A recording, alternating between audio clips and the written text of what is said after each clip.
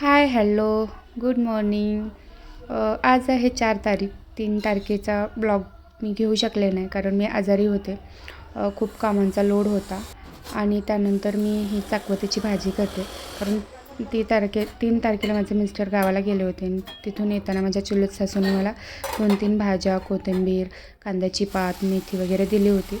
तर रविवार असल्यामुळं मी चाकवतीची आमटी, बाजरीची भाकरी आणि साईड बाय साईड हे मेथी पण केली आणि हे चाकवत जी आहे शिजवून घेऊन मी ह्याला थंड करून मिक्सरच्या भांड्यातून फिरवून घेतली आणि छान असा गावठी तडका दिला. जिरं आणि लसूण वगैरे टाकून मस्तपैकी तडका दिला.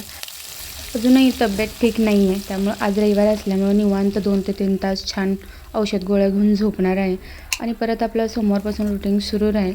तर कसा वाटला ब्लॉग कमेंट सेक्शनमध्ये कमेंट करा आणि कशा पद्धतीचे बघायला आवडेल हेही सांगा. बाय.